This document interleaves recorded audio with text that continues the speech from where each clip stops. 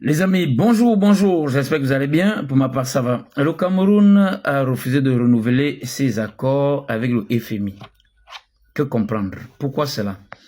Quelles peuvent être les portées politiques et géopolitiques du Cameroun dans ce contexte? Voilà. Le FMI, c'est une institution qui a été mise sur pied et qui est là pour collecter les fonds de la plupart des pays de la planète afin de venir en secours aux pays en difficulté. Ça veut dire que logiquement, si en Afrique francophone, il y a un pays qui est en difficulté, peut-être du chômage, qui veut transformer son bois sur place, son pétrole sur place, son manganèse sur place, logiquement, s'il n'a pas les fonds, il devrait se diriger vers le FMI pour avoir les fonds et transformer les matières premières sur place. Mais seulement, le FMI est sorti de sa vocation principale, est déjà gangréné par la mafia occidentale, qui vient désormais rendre le FMI comme le destructeur lent de l'Afrique. Pourquoi je parle de destruction ici? Le FMI, n'est-ce pas, a une mafia déjà qui a été mise sur pied. Bon, la mafia là c'est quoi? Si jamais vous partez emprunter de l'argent au FMI, l'argent ne vous est pas remis directement, il est remis aux firmes occidentales qui doivent venir exercer les travaux. N'est-ce pas? Mais vous restez endetté, vous devez aussi payer les intérêts. Bon, l'argent orienté vers les ponts, les routes et les hôpitaux, très souvent, ça ne génère pas suffisamment d'emplois et ça ne multiplie pas de l'argent pour que vous puissiez rembourser. Ça devient compliqué. Pour les pays qui sont dans le FMI, dans le franc CFA, là, ils remboursent avec quoi? Le franc CFA, c'est accepté où? Le FMI va accepter le franc CFA. Vous voyez que rembourser devient un problème. Vous êtes obligé de dépendre de la France. La France garde le contrôle sur vous. Donc, si le FMI vous prête de l'argent, la France saura où cet argent part et pourquoi. Voilà. Ça, c'est déjà un premier facteur. Donc, difficile d'orienter cet argent vers la transformation des matières premières dans votre pays. Ça, c'est la première affaire du FMI. Et quand vous ne pouvez pas rembourser parce que vous avez déjà accumulé plusieurs dettes, vous êtes trop endetté, le FMI, qui a le répertoire de toutes les matières premières qui existent dans votre sous-sol, fait tout simplement m'embasse sur vos matières premières et s'en approprie.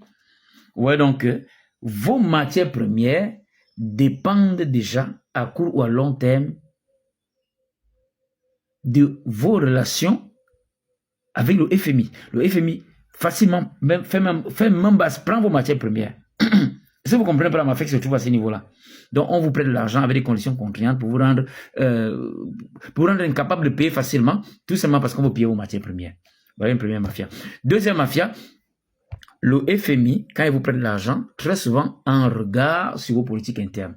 On va, par exemple, vous dire de favoriser le Tchèle, la légalisation des Yubi. Vous comprenez? Vous entendez qu'un pays a légalisé ça. C'est pas trop parce que le président... non, c'est parce que c'est le FMI qui est derrière.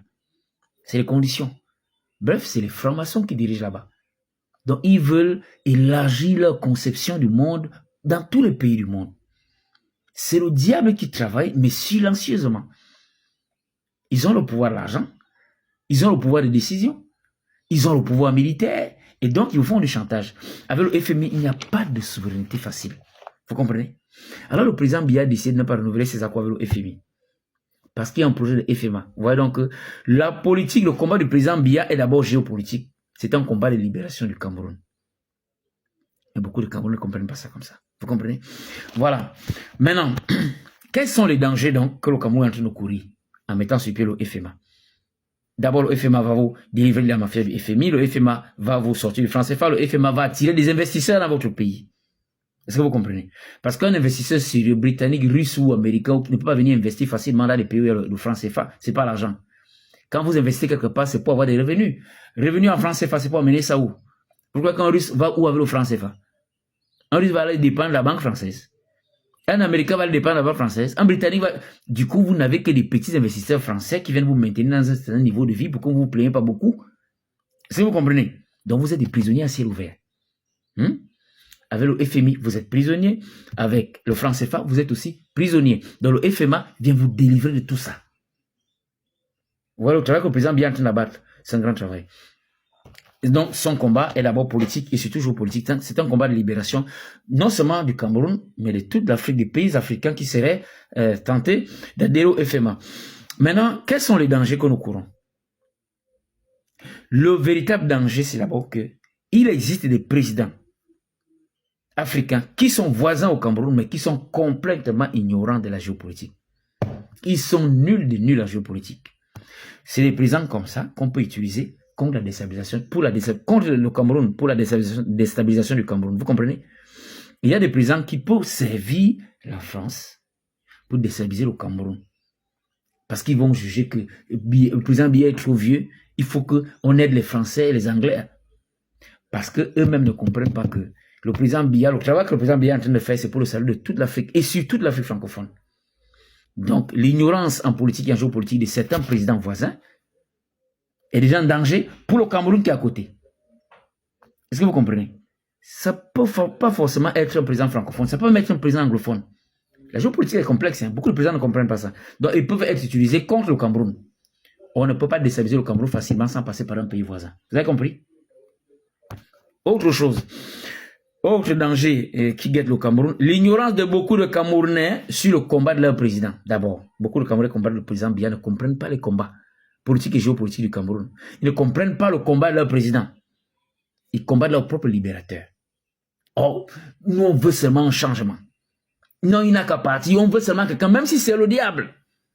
Voilà l'ignorance de beaucoup de Camerounais qui ne comprennent pas ce qui se passe. Demain, leurs enfants viendront aussi pleurer que pourquoi on souffre. Les enfants et leurs petits-enfants ne comprendront pas que c'est parce qu'ils ont eu un père ou un grand-père bête. Quand la tête refuse de réfléchir, c'est le corps qui souffre. Beaucoup de Camerounais sont prêts à vendre leur pays aux Blancs parce qu'ils pensent que changer le président, c'est libérer le Cameroun. Ça, c'est la grande ignorance. Donc, l'ignorance de beaucoup de Camerounais sur le combat de leur président, l'ignorance de beaucoup de Camerounais sur les origines même de leur misère. Beaucoup de Camerounais pensent que s'ils souffrent, c'est parce que le président Biya fait 43 ans. Non. Ce qu'ils ne comprennent pas, c'est que le président Biya et le président Ahidjo a signé des accords avec la France avant la proclamation d'indépendance le 26 décembre 1959. On a hypothéqué votre système éducatif. Vous faites l'école aujourd'hui, vous ne pouvez rien fabriquer. Et donc, du coup, tout le monde veut être fonctionnaire. Et comme la fonction publique est saturée, vous devenez des chômeurs.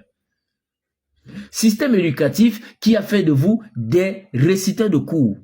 Regardez même nos médecins. Aucun ne fabrique l'aspirine. Ils sont formés juste pour pouvoir faire un diagnostic et permettre aux malades d'aller faire la recette à la pharmacie française. Le niveau de néocolonisation en Afrique francophone est très profond. Donc, beaucoup de Camerounais combattent le président Biya parce qu'ils ne comprennent pas les origines de leur misère. Les accords signés par Ahidjo ont fait en sorte que chaque fois que vous avez des marchés publics à opérer, vous deviez d'abord proposer à la France. D'où le retard en infrastructure dans le pays francophone. Est-ce que vous comprenez? Le franc CFA, autre source de vos misères. Donc, si vous souffrez, voilà les causes. Est-ce que vous comprenez?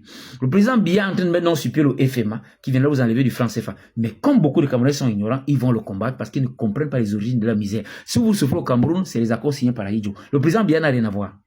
Voilà. Autre ignorance que les Camerounais ont, c'est sur le rôle que Issa Chourouma est en train de jouer. Issa Chourouma roule pour la France. Parce que la France ne veut pas que vous soyez libérés. Vous comprenez? Il faudrait que vous restiez toujours dans le giron français afin qu'on pille vos matières premières qui ont été préservées par le président Biya. Voilà pourquoi il a été soutenu par une société française d'avocats, d'affaires qu'on appelle Eric Diamantis. Ils font dans l'exploitation des mines, donc ils veulent vos matières premières. Dans la gestion des ports, ils veulent reprendre tous vos ports. Et dans l'exploitation des produits pétroliers et miniers et gaziers, donc Femambassu, le pétrole de Bakassi. Comme ils n'ont pas pu instrumentaliser suffisamment nos frères anglophones, ils passent par Issa Chourouma, qui est une véritable malédiction du Cameroun. C'est pas fini, hein. Je fais que vous le dites. C'est pas fini.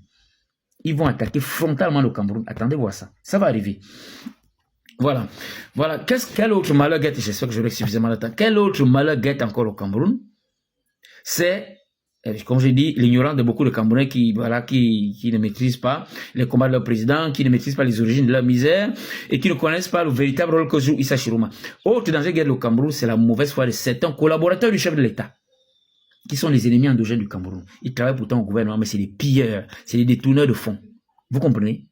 D'autres encore, qui ne sont pas des pilleurs détourneurs de fonds, mais qui utilisent les milliards qu'ils ont pour aider l'Occident à venir prendre le Cameroun, en sponsorisant Issa Chourouma qui roule pour la France. Est-ce que vous comprenez? Voilà le danger qu'est le Cameroun. Voilà, le temps qui m'était imparti est presque terminé. Une autre vidéo encore sur la géopolitique ce matin. Ce matin, nous ne ferons que géopolitique. Il faut qu'on se cultive davantage. Bon, je vais vous laisser, il me reste juste 15 secondes. Merci à tous ceux qui me font confiance. Merci à ceux qui aiment bien m'écouter pour se cultiver. Et à nous revoir à la prochaine vidéo.